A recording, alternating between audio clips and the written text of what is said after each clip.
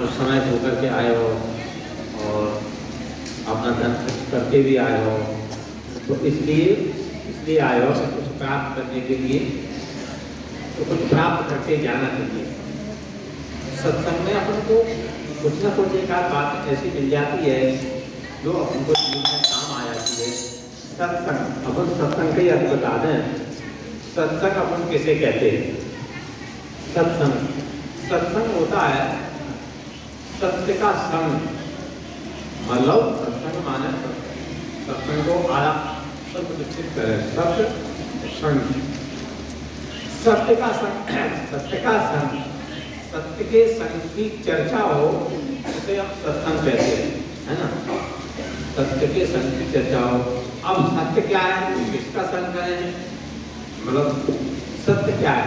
सत्य एक परमात्मा है और आत्मा और परमात्मा ही सत्य है। इसके अलावा सब असत्य है। तुलसीदास जी ने चौपाई लिखी है, हमने कई बार पढ़ी है। उन्होंने कहा कि गो गोचर जहाँ लगमन जाई और सो सब माया जाना रही। और स्वामी जी कहते हैं गो गोचर माने हमको जिन आंखों से जो भी कुछ दिखाई दे रहा है और अपना जहाँ तक भी बच जा रहा है, आंखों से दिखना और जहाँ तक भी बच जाना, ये सब माया है।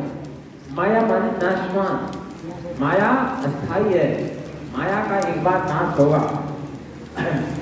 मतलब यहाँ संसार में कितनी भी अटूट यानी कितनी भी शक्तिमान खुशी, कितनी भी बड़ी महत्वपूर्ण चीज या कितनी भी ठोस या शक्ति चीज हो, उसका भी नाश होगा। प्रकृति विलास सृष्टि लय हुई। परमात्मा की जब भी इच्छा हो जाए मैंने सृष्टि की उसको सृष्टि लय करना है तो पूरी सृष्टि को लय कर देगा, पूरा संसार बिल्कुल शुद्ध हो जाएगा। अब यहाँ सबसे बड़ा शॉर्ट नहीं करते थोड़ा सा, जैसे एक बार अपने आपको बताया था, आप लोगों को एक इसमें और समझ होगा। जैसे इस समय कहीं परमात्मा ने सारी सृष्टि को लय कर दिया यानी प्रलय कर दिया, पूरा विश्व नष्ट हो गया, अब सभी नष्ट हो गए, सभी नष्ट हो गए, चले गए। अब अपन सोचेंगे कि अपन को कौन कहाँ कैसे क्या जन्म मिलेगा, क्या होगा, मतलब तो ये क्या होता है, मतलब पूरी मतलब सृष्टि लय हो जाती है, सृष्टि का पूरा विनाश हो जाता है, तो ये सारी आत्माएं परमात्मा अपने में समेट लेता है। परमात्मा जैसे अपने मुंह में समेट लेता है। जिसका जहाँ संस्कार है उसका पूरे संस्कारों का पूरा लेखा जोखा बराबर वैसे ही बंद हो जाता है। जैसे कोई भी अपनी पुस्तक लिखे हैं और कभी बंद करते हैं तो वहाँ वहीं लिखी वहीं स्टॉप हो गई, तो वो अपना पूरा लेखा जोखा वहीं स्टॉप हो गई। परमात्मा अपने उसमें रख लेता है। जब भी पुनः सृष्टि की रचना करेगा, जब सृष्टि की जब पुनः रचना करता है तो फिर वहीं से जिसका जहाँ जैसे संस्कार होता है उसका वैसा ही वैसा होता जाता। जो जिसमें जितना शुभ और अशुभ ने भी जो शुभ कर्म किए तो शुभ का और अशुभ किए अशुभ का, इसका जैसे ही मतलब आता जाता है, अपने कर्मों अनुसार उसको जन्म मिलता जाता है। मतलब अब ये ना सोचें आज जैसे कोई किसी ने बहुत बड़ा वो जो सोचे भाई हमने तो पूरा हमारा जीवन निकल गया तपस्या करते करते या धर्म करते करते या ईश्वर का भजन करते करते और अभी हमारी मृत्यु हो गई, परमात्मा से मिल गए, तो हमारा क्या होगा, हमारे कर्मों का क्या होगा? आपके कर्म बराबर पूरी तरह सुरक्षित रहेंगे। परमात्मा की पुस्तक में आपके कर्म बराबर सुरक्षित रहेंगे।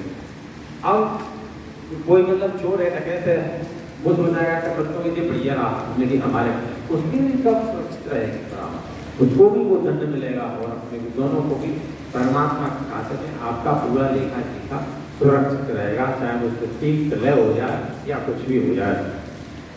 तो ये अपन को समझना चाहिए, इसलिए संकल्प करना चाहिए।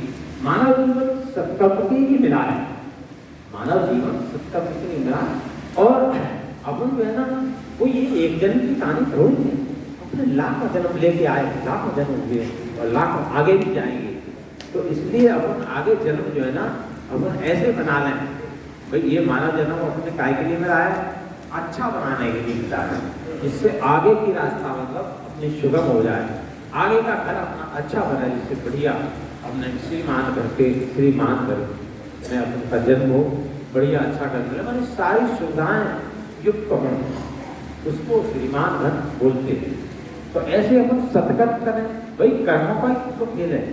जैसा आज हम कर्म करेंगे फल तो कैसे ही मिलेगा। तो इस तरह से ये अपने जो महान पुरुष, ये महान पुरुष की अपन गाथाएं गा रहे हैं, ये महान पुरुषों ने ऐसा ही किया है। अपने जो नंदी महाराज के बारे में महाराज जी बताया करते थे। आजकल तो अपने पास सब साधन है, गाड़ी है, घोड़ा है, सब कुछ है। ये महाराज जी इन्होंने पैदल चल चल के उन्होंने पैदल चल चल के आत्मज्ञान का बोध कराया, लोगों को चेतन किया। और देखो तो इनकी 5 साल में इनका शरीर छूट गया। अपने बड़े महाराज जी का 5 साल में शरीर छूट गए और इन्होंने देखो नगली राम दिखाया। नगली जो हेडक्वार्टर, जिसका हेडक्वार्टर आनंदपुर, बहुत से आश्रम तो हमने देखे ही नहीं, जैसे गढ़वा कितना बड़ा आश्रम है। और अपना एक बार महाराज जी के साथ में हम बरेली गए थे। बरेली में आप बता रहे थे कि अब हम वहाँ चलना है, मैं उसको पैगा आश्रम है, पैगा हमें नाम ध्यान आ गया, बरेली में पैगा आश्रम है। उसी में जो अपने वो क्या नाम भक्त प्रकाशानंद की वही समाधि लगी है पैगा आश्रम। तो वहाँ के पास में एक बगल में आश्रम है, तो उसको 100 बीघा जमीन लगी है। तो बता रहे थे कि अपनी नंदी महाराज की उन्होंने स्थापना की है। तो मतलब कहने का यह है, अपनी छोटी सी कितनी कम उम्र में इतना बड़ा काम उन्होंने किया। ऐसे महान पुरुषों ने मतलब तो उनकी गाथाएं, तो उनके विचारों पर जो लिख गए हैं, उनके विचारों पर उनको अनुकरण उनको करना चाहिए। भाई अपन जितना कर सकें, जितना बन सके उतना करें। मतलब ठीक है, बहुत से लोग कहते हैं एक तो भाई अपन नहीं पढ़ रहे, नहीं पढ़ना चाहिए, लेकिन पढ़ देते हैं। तो सम्मत ज्ञान सत्य को नहीं, कोट विरत मत सुख कहीं मनी। उसमें तुलसीदास जी का बताया कि करोड़ में कोई एकाध प्राप्त कर सकता है। तो अपन कहीं ये ना बना बैठा भाई करोड़ों हमारी गिनती कहाँ से होगी। नहीं, ये नहीं, अपन जो करोड़ है हमारी गिनती करोड़ों में आ रही है ना, उसमें नंबर आ रहा है। तो ऐसा मतलब कहने का ये है कि इन्होंने कितना प्रयास किया। गाड़ी तो अभी हमने दीक्षा ली, उसके बाद गाड़ी से जो पहले अपने साइकिल से अपन कई बार उनके साथ में गए, मोटरसाइकिल से जाते थे बहुत। तो मतलब मुझे महान पुरुषों ने ये आत्मज्ञान का प्रचार प्रसार के लिए भारी मेहनत की। यही पर अच्छा हो, सबसे परम यही पर धर्म नहीं भाई, पढ़ाई करना है तो अपनों को सबसे पहले ज्ञान का प्रचार प्रसार, यानी ज्ञान की प्रेरणा लेना है। ज्ञान का जितना ही अपन बांट सकें, ज्ञान को जितना ही अपन बढ़ा सकें। भाई ज्ञान को बढ़ाने में से तो अपनी उम्र बढ़ती है। जो मार्कंडी थे, मार्कंडी को केवल उनकी 12 वर्ष उम्र थी, तो वो परमात्मा ने ये आशीर्वाद दिया था, उनको आकाशवाणी हुई थी उन्हें कि भाई तुम्हारी उम्र पूरी हुई, लेकिन सर तुमने लगा दी थी कि मेरे ज्ञान का दीपक तुम्हें घर घर जलाना पड़ेगा। तो अपने ज्ञान का दीपक जलाओ, अपने भी जलाओ, आप जब औरों को जपावे, अपन प्रयास करें कि अपन दूसरे को बांटें। ये सबका फर्ज है, इस फर्ज को उनको करना चाहिए, इसको धारण करना चाहिए। और अब हम जो है ना इसी के साथ अब हम अपने पानी को विराम देंगे।